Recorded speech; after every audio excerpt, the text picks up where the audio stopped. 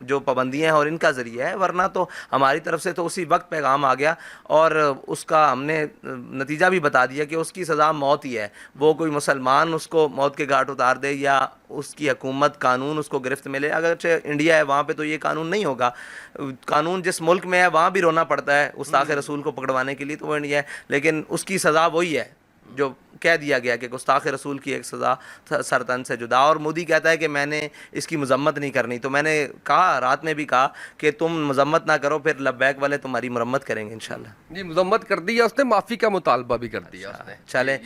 چلیں اچھی بات ہے. اچھی بات یہ ہے کہ دنیا میں امن اگر قائم ہو سکتا ہے تو وہ ہمارے آقا و مولا صلی اللہ علیہ وسلم کی عزت اور ناموس کو مان کر ہو سکتا ہے. اگر کوئی دنیا کا بدامنی چاہتا ہے تو وہ دیکھ لے مسلمانوں کو چھیڑ کر. وہ جہاں بھی کہیں بات ہوگی، دیکھا نہیں آپ نے پوری امت میں یہ فاقہ کش جو موت سے ڈرتا نہیں، ذرا روح محمد اس کے بدن سے نکال دو، یہ نہیں نکالی جا سکتی. یہ تعلق نہیں توڑا جا سکتا. یہ تعلق عرب ہو، اجمی ہو، کالا ہو، گورا ہو، کہیں بھی کا بھی ہو، جب اس کے آقا کے بارے میں صلی اللہ علیہ وسلم کے بارے میں بات ہوگی تو وہ مچل جائے گا. اور اس میں تو آپ کو پتہ ہے کہ ہمارے قائد نے ہماری تربیت ہی اس ماحول میں کی ہے. کوئی جناب کہیں سے ٹیڑھی آنکھ ہوتی بعد میں ہے تو ہم تو اس کو نکالنے کے لیے پہلے ہاتھ بڑھا دیتے ہیں. مجھے علامہ صاحب یہ بھی فرمائیے گا کہ جس طرح سے عرب ممالک نے بڑا معیشت کے اوپر سمجھیں کہ آپ قدم اٹھایا اور انڈین پروڈکٹس کا بائک آؤٹ کر دیا، جس کی وجہ سے مودی جو ہے وہ اس نے کہا کہ جی معافی مانگیں اور ہم اس کو ڈسمس کرتے ہیں، سسپینڈ کرتے ہیں. اب سمجھتے ہیں کہ پاکستانی عوام کو بھی اور کچھ نہیں تو اس طرح کے اقدامات کرنے چاہیے. جی اس طرح کے اقدامات کرنے چاہیے، بالکل کرنے چاہیے. لیکن دیکھیں عرب ممالک میں ریاستی سطح پر ہوا ہے. ان کے مفتیان کرام جو مطلب ریاست کے مفتی ہیں انہوں نے اعلان کیا اور اس کے بعد یہ ہو گیا. اسی طرح اگر ہماری ریاست بھی کسی موقع پر بھی ایسا ہو تو ڈٹ کے کھڑی ہو جائے. زیادہ سے زیادہ کیا ہوگا؟ کچھ بھی نہیں ہوگا.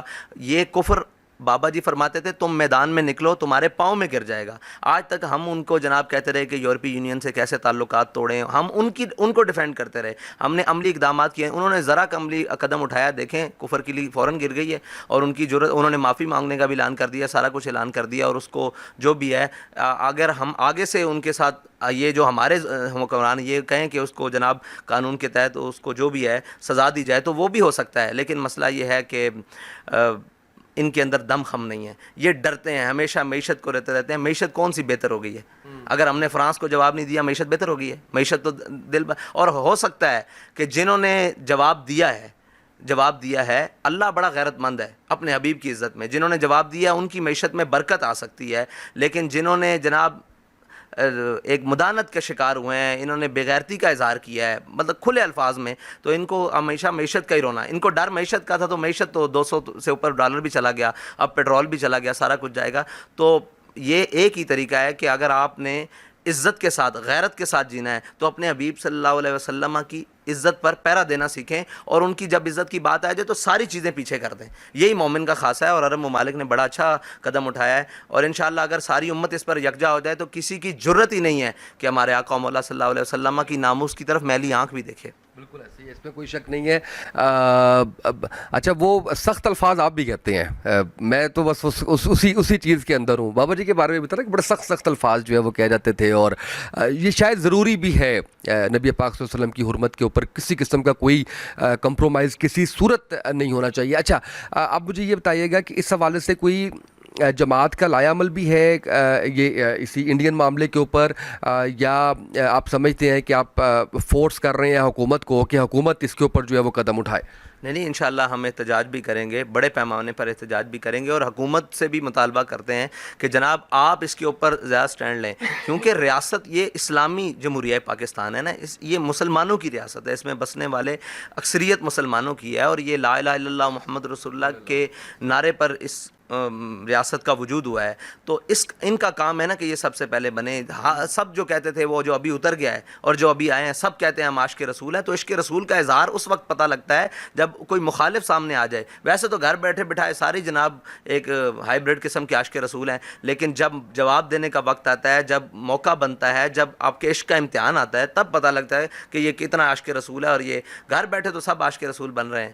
اور انشاءاللہ اس کے اوپر عملی اقدامات کے طور پر جہاں تک ہمیں جانا پڑا, انشاءاللہ جائیں گے. لیکن دیکھیں امت کے کھڑے ہونے سے ایک واضح پیغام دنیا کو چلا گیا ہے کہ دیکھیں عرب ممالک بھی کھڑے ہوئے, اب ان کو سب سے آخر میں یاد آیا. یہ ہمارے جو بیٹھے ہیں نا, یہ دیکھ کر بھیڑ چال, ان کا اپنا تو موقف ہے کوئی نہیں, اب عربوں کا دیکھ کر ذرا ان کو بھی یاد آ گیا, بھائی تم سب سے آگے پاؤں نکال کر تم یہ بات کرو, تمہارے پیچھے چلیں قوم. مطلب پاکستان دنیا کی امامت اسی مسئلے میں کر سکتا ہے, اور تو معیشت تو آپ کے پاس ہے نہیں, ملک کا تو بیڑا غرق کر دیا ہر لحاظ سے, اور جناب جہاں جاتے ہو پاکستان کو کشکول نما ایک ملک بنا کر رکھ دیا ہے, اور جناب مانگنے والے مشہور ہو گئے دنیا میں. اگر تم دنیا کی امامت کر سکتے ہو تو کسی ایسے اقدام سے ہی کر سکتے ہو جو اقدام ناموس رسالت, ختم نبوت اور دین اسلام کی سربلندی سے ہو, تاکہ پوری امت اور جو اسلامی ممالک ہیں تمہارے پیچھے لگ کر چلیں.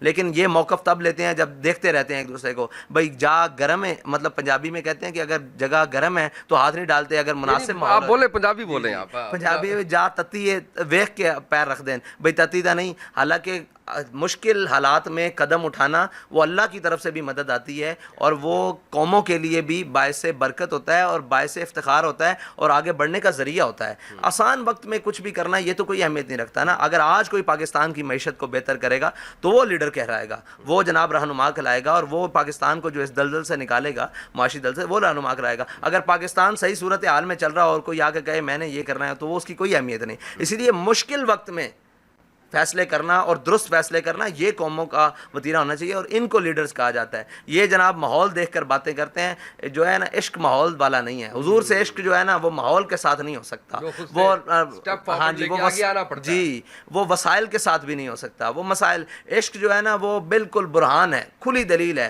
وہ حضور کے ساتھ جو عشق ہے نا وہ بالکل کسی سوچے سمجھے کے بعد. بابا جی فرماتے تھے کہ یہ انے واہ عشق کرنے کی جگہ ہے. جب یہ حضور کے ناموس کے مسئلے میں انے واہ ہو جائیں گے نا, اس دن اللہ تعالیٰ ان کو پوری دنیا میں بھی عزت دے گا. کیا بات ہے. اچھا, ایک بہت اہم چیز جو بڑی گردش کر رہی ہے, پاکستانی وفد اسرائیل گیا. اس سے پہلے ہم نے دیکھا کہ جو حکومت تھی خان صاحب کی, اس کے اندر بھی یہ بات کی جا رہی تھی اسرائیل کو تسلیم کرنے کے حوالے سے. احمد قریشی جو کہ اینکر ہیں, ان کے بارے میں کہا جا رہا ہے کہ وہ اسرائیل گیا, جو انہوں نے انکار کر دیا اس حوالے سے. لیکن وہ جو خاتون ہے امریکن پاکستانی, انہوں نے اس بات تک کہا کہ جی بالکل ہم لوگ وہاں پہ گئے تھے اور ہم بین المذاہب ہم آہنگی جو ہے وہ کرنا چاہ رہے ہیں. کیا رائے ہے اس حوالے سے؟ پہلے رائے بتائیں, پھر اگلا سوال اس سے جڑا ہوا میں کرتا ہوں. اسلام میں بین المذاہب ہم آنگی نہیں ہے. اگر بین المذاہب ہم آنگی ہوتی تو حضرت عمر کبھی بھی فتح بیت المقدس نہ کرتے, کیونکہ وہ تو لگے ہوئے تھے اپنے انہوں نے بنایا ہوا تھا سارا کچھ. لیکن حضرت عمر نے فتح بیت المقدس کیا, وہاں سے نکالا ساروں کو. یہ جو بین المذاہب ہم آنگی کے نام پر پورے جناب یہ تماشا لگایا گیا, اس کی ایک وجہ ہے کہ جب آپ ڈالر مانگنے جاتے ہیں کسی سے, جب آپ بھکاری بنا دیتے ہیں قوم کے جناب بڑوں کو, اور یہ مانگنے چلے جاتے ہیں ڈالر, تو وہ اپنی مرضیاں کرتے ہیں. وہ کہتے ہیں چلو, اور اسلام نے کہا یا ایھا الذین لا تتخذوا اليہود والنصارى اولیاء بعضهم اولیاء بعض, تو یہ تمہارے دوست نہیں ہو سکتے, یہ ایک دوسرے کے دوست ہیں, اور یاد رکھنا تم سے راضی نہیں ہو سکتے جب تک تم ان کے دین پر نہ آ جاؤ. تو یہ ہم آنگی کا تو چکر ہی کوئی نہیں ہے. ہم آنگی مجھے یہ بتائیں کہ جو فلسطین کو ہڑپ کر رہا ہو اس کے ساتھ ہم آنگی ہو سکتی ہے؟ جس نے ہمارے بیت المقدس کے اوپر قبضہ کر کے رکھا ہو اس کے ساتھ ہم آنگی ہو سکتی ہے؟ یہودی نو آبادی جناب آباد کاری کر رہا ہو اس کے ساتھ ہم آنگی ہو سکتی ہے؟ یعنی کہ ایک طرف ہم فلسطین کے رومال گلے میں ڈال کر اسمبلیز میں آتے ہیں, یکجہتی کا اظہار کرتے ہیں, اور ایک طرف ہم وفد ان کے کہتے ہیں نا شہباز شریف, اس لیے کہتے ہیں ان کو کہ وہ تھوڑا ڈرامہ کرتے ہیں. جی جی, یہ سارے ڈرامے کرتے ہیں. جو ایک کوئی ریاست مدینہ تسلیم نہیں کرنا چاہیے, بالکل نہیں کرنا چاہیے اسرائیل کو تسلیم. کیوں نہیں کرنا چاہیے, یہ سوال ہے بہت سے لوگوں کا. اس لیے نہیں کرنا چاہیے کہ وہ قابض ہے, اس کا وجود نہیں ہے. اس نے ہماری ریاست فلسطین کے اوپر قبضہ کیا ہے. اگر اس کا کوئی وجود ہو کہیں ہو تو وہ اپنا وجود ثابت کرے.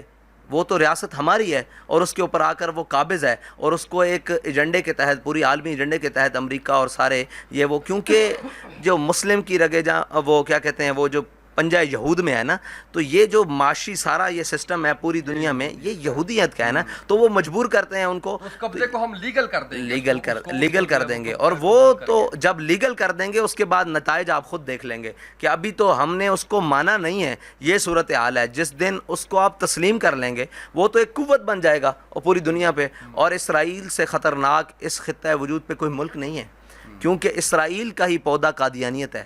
یہ میں آپ کو وہ باتیں بتا رہا ہوں کیونکہ وہ اپنے آپ کو پاور میں لانے کے لیے ہر ایک ٹول کو یوز کر رہے ہیں. جی سب کچھ, یہ سارا کچھ. تو یہ معیشت پر قبضہ کر رہے ہیں, سارے اسلحے کو جمع کر رہے ہیں. یہ کس لیے کر رہے ہیں؟ امن کے لیے کر رہے ہیں. وہ امن ہوتا تو وہ کبھی بھی فلسطینیوں کے اوپر ظلم نہ کرتے. آج بھی فلسطینیوں کو 15 دن بعد پانی کا ٹینکر دیا جاتا ہے جو ان کی اپنی زمین ہے. لیکن مسئلہ یہ ہے کہ وہ دہشت گرد نہیں ہے, وہ قابض نہیں ہے, وہ سارا کچھ نہیں ہے. اگر کوئی فلسطینی ہاتھ میں پتھر اٹھا کر پانی کا ٹینکر لینے کے لیے یہ آگے بڑھتا ہے تو وہ دہشت گرد ہے. تو دہشت گرد ریاست کو اور ناجائز ریاست کو ہم کیسے تسلیم کر سکتے ہیں؟ جو کسی کے حقوق کو جناب غصب کرنے کے لیے آئے اس کو تو ہم تسلیم نہیں کر سکتے.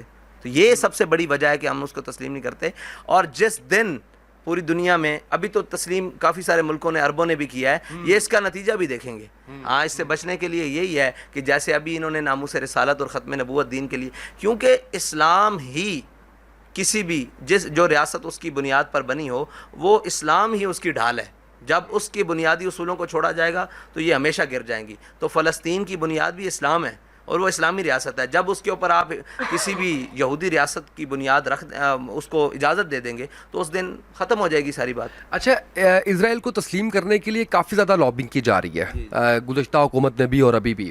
اگر اس طرح کی کوئی بات آتی ہے تو آپ کا اور جماعت کا اس کے اوپر کیا لائے عمل ہوگا؟ ہمارا وہی رد عمل ہوگا جو پہلے جس بات میں ہم مشہور ہیں. یہ بات ہم نہیں گوارا کریں گے, بالکل سے بھی گوارا نہیں کریں گے, اس لیے کہ ہم فلسطینیوں کے ساتھ ہیں, قول کے ساتھ نہیں, عملاً بھی ساتھ ہیں. ہم عملاً بھی ساتھ ہیں, یہ سارے قول کے ساتھ ہیں. یہ صرف اس وقت کو کیچ کرنے کے لیے ساتھ ہیں. ہم نے تو آج بھی کہا کہ یاسین ملک کی باری میں اگر ہماری حکومت ہوتی تو ہم بھارت کو بتاتے کہ تم نے کیسے یاسین ملک کو سزا دی ہے. لیکن جنہوں نے اپنے ملک کے اندر خود کشمیر کا مقدمہ لڑنے والوں کو سزا دی ہو, وہ کیسے بسا سکتے ہیں؟ اسی طرح جن کو اسرائیل اور ان کے ساتھ یاری دوستی اور تسلیم کا شوق ہے وہ وہاں چلے جائیں. وہ اس ملک میں کیوں ہیں؟ اس ملک کے بسنے والوں سے پوچھ لو بھائی. فیصلہ اگر جمہوریت ہے تو جمہوریت سے پورے ملک سے پوچھ لو کہ وہ کیا چاہتے ہیں. ابھی آپ سروے کروا لیں پورے پاکستان سے, مسلمان چاہتے ہیں کہ ہم ان کے ساتھ نہیں ہوں, تو یہ کسی صورت میں ہم برداشت نہیں کریں گے. اور اس کا اتنا سخت رد عمل ہوگا پوری قوم کی طرف سے, شاید حکومت برداشت نہ کر سکے.